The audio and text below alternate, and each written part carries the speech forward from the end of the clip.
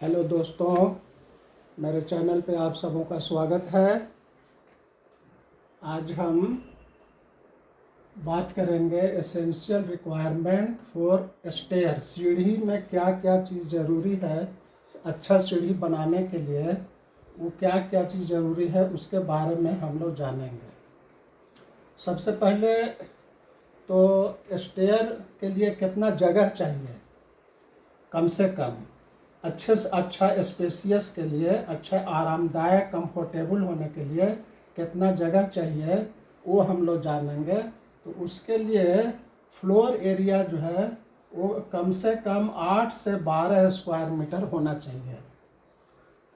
ये जो एरिया है, ये लंबाई और ये चौड़ाई, इसका एरिया 8 स्क्वायर मीटर से कम नहीं होना चाहिए। इससे कम होगा तो आपका जो सीढ़ी बनेगा वो कंजस्टेड होगा, आरामदायक नहीं होगा आपका। ये इसको फ्लाइट बोलते हैं।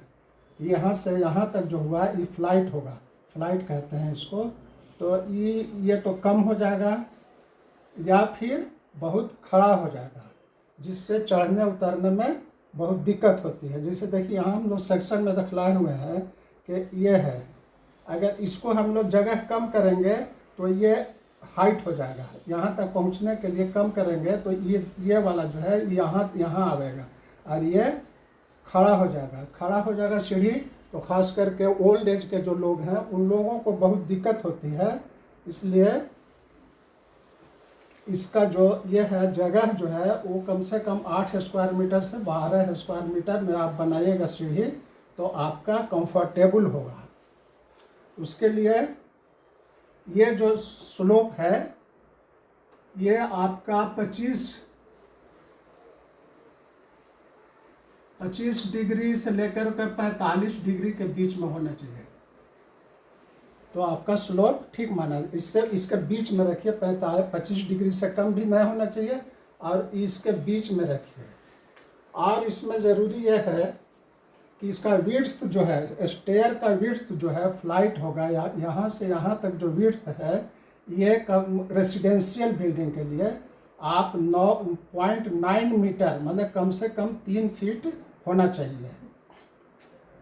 और इसके साथ आप स्टेयर की चौड़ाई 3 फीट रख रहे हैं तो ये लैंडिंग है। यहाँ से आकर के इधर से होकर के ऊपर चढ़ेंगे तो ये लैंडिंग कहलाता है। लैंडिंग की भी चौड़ाई इसके बराबर होना चाहिए। ये मान लिया 3 फीट है तो इसकी भी चौड़ाई 3 फीट कम से कम रहना चाहिए। ज़्यादा अगर रखते हैं तो कोई हर्ज नहीं है, अच्छा है, लेकिन 3 फीट से कम इसकी चौड़ाई से इसकी चौड़ाई कम नहीं होनी चाहिए। विड्थ मीटर, स्लोप 25 से 45 डिग्री। वेल लाइटेड होना चाहिए स्टेयर के जो है, सो वो वेल लाइटेड होना चाहिए। ऐसा नहीं हो कि लाइन कट गया है तो दिन में भी बिजली जलाने की ज़रूरत पड़ जाए, इसलिए वेल लाइटेड होना चाहिए।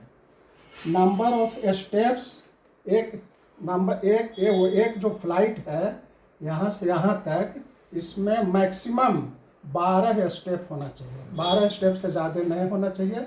उससे ये आरामदेह माना गया है कि 12 स्टेप से कम रहेगा तो आपको चढ़ने उतरने में दिक्कत नहीं हो। खासकर ओल्ड एज के लोगों के लिए ये रहता है कि उन लोगों को दिक्कत नहीं होगी।